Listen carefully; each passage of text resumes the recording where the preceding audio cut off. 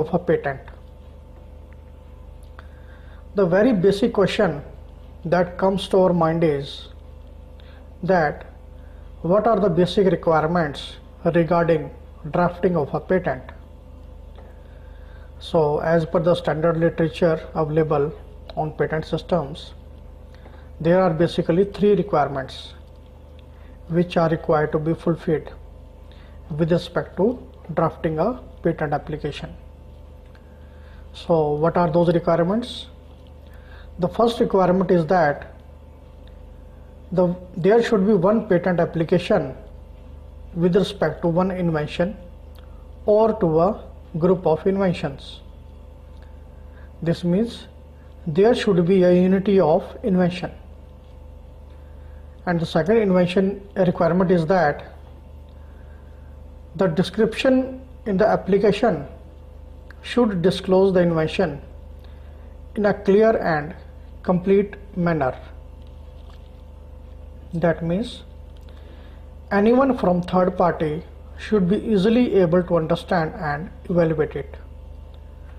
So there should be simplified description of the invention which shows what is the invention, what is its background, and why it is needed. And the third requirement is that the application must have specific claims which determines the scope regarding protection of the invention. This means the claims must be clear and concise. So here it must be noted that this third basic requirement is very important because the claims are the basis of interpretation of a patent application or patent protection. So from these specified claims, any other person or third party can be able to know that what they can do and what they may not do by using this patent literature. So here it must be noted that in the description of the invention there can be series of paragraphs which may specify different features of the invention, and these paragraphs usually form the basis for independent claims regarding their inventions too. Let's understand this by taking an example. Suppose the invention relates to some form of mechanical object such as some drawings, some illustrated plan, some elevation, or some sectional view of some object. Then in the description the elements of the drawings are specified by some numbers, and these numbers are again followed by some sequence or parts which describes the visual form of that idea or invention. And now another very important question is that how to draft the title. Now it must be noted that the title should give a fair indication of the art or industry to which the invention is related. This means the title should be brief and precise, and there are many parameters which are not allowed in the title of the draft, such as the inventor's name should not be there in the title, the word patent should not be there, and the original word should not be used, the abbreviation etc. is not allowed, and fancy words such as Washwell soaps, universal easy patent chair, so these fancy words are also not allowed. So title of the draft should be very simple and precise as per the invention. Now let's study what are the important criteria for naming inventors in an application for patent. The inventors can be all persons who contributed directly towards the development of that patentable feature or that patent product. So they all can be specified as inventors in the application. Also, all those persons can also be the inventors who have made intellectual contribution in achieving the final results of the research work. But any person who contributed or helped in some other domain, as explained earlier, cannot be specified as inventor in the invention. Such persons can be that person who provided the idea but did not contribute intellectually or directly in the development of that invention. So that person cannot be specified as inventor. Now next important question is, where should one apply after drafting the application for patent? Now the answer to that is, the patent application should be applied to the respective patent office, which can be traced as per few criteria, such as place of residence of the applicant or business location of the applicant. So it can be the place where the invention is actually originated or carried out. But in any case, the address of the applicant is permitted if he has no place of business. Now let's study what are the important steps involved in obtaining a patent. So these important steps can be many, such as to file a patent application, it should be accompanied with either a provisional specification or a complete specification. Now what are these specifications? We study these in detail in the next slide. Another important step is that all the accepted applications are published in Gazette of a Patent Office. So one must check out that from time to time. And the third important step is that the response of the Patent Office. That is, if response is satisfactory, then patent is granted.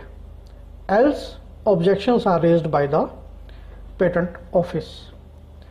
And in case of objections, one can modify his or her application by rectifying specified objections and can resubmit the application to the Patent Office.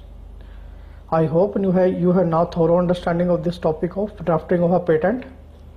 Now let's move to the next slide for complete study of patent procedure by taking few exercises on preparing an application for seeking a patent. So the first question is, what are various documents that are required to be submitted along with patent application?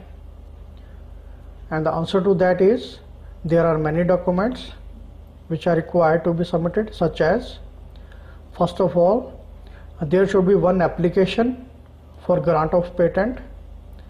Then other important documents that are required to be submitted are provisional or complete specification of the patent along with all the drawings, then abstract of the invention, and another important document is declaration regarding inventorship or proof of patent right, and in the last, the patent application fee receipt. So these are the documents which are required to be submitted. Now let's study a few exercises on preliminary rules regarding preparing an application for seeking a patent. So there are basically two types of exercises for patent document preparation. These are provisional specification and complete specification. Now let's discuss these two. The provisional specification is that which is specified when invention is at initial or conceptual stage. That means a delay is expected in submitting full and specified description of the invention. But here it must be kept in mind that in this stage Such patent application does not provide any legal right to the applicant regarding patent grant. But then why it is needed? The reason is very simple. In order to establish the earliest ownership of the invention, this document is very important. So the provisional specification is although submitted at initial stage, but it is permanent, independent, scientific and legal document regarding that patent. So once application is submitted in this specification, then modification is not allowed in the submitted concept. Also, this provisional specification cannot be the basis for patent grant, because only final product or final invention outcome is evaluated for permanent patent grant. Although its concept was submitted in the earlier stage during provisional application to the patent office, but complete specifications are evaluated at the end for the final patent approval. So here it must be noted that once provisional specification is submitted, the complete specifications are needed to be submitted within the 12 months of filing the provisional specification. And also, this period can be extended by 3 months if the request is submitted in advance before expiry of this 12-month period. So with this discussion, it is clear that it is not necessary to file an application with provisional specification before the complete specification, but if it is filed, then there is an legal advantage in this case. If there is some dispute regarding patent grant, when two parties are applying for patent regarding similar product or design, so this gives a priority to the applicant over any other person who is likely to file an application with regard to that same invention or same product, which may have been developed in some other part of the world. So let's discuss few exercises that must be correctly filled during preparing patent application. First of all, the names of inventors must be correctly filled in the patent application. Second point is that the title of the draft should be as per specified format and provisions. And the third point is that all specified documents must be accompanied with the patent application. And last very important point is that patent application should be submitted to the respective patent office. Now, what are various necessary contents of a complete specification? So the contents of a complete specification must include many factors such as the title of the invention, field to which the invention belongs, background of the invention with respect to drawbacks of the existing inventions or practices. Also, the complete application must include the complete description of the invention along with experimental results, drawings, which are essential for understanding the invention. So, in order to specify any specific claim or statement, that must be specified in the patent application, which provides the legal proprietorship right to the inventor. So at the end, we can say that the claims have to be drafted very carefully while seeking patent application.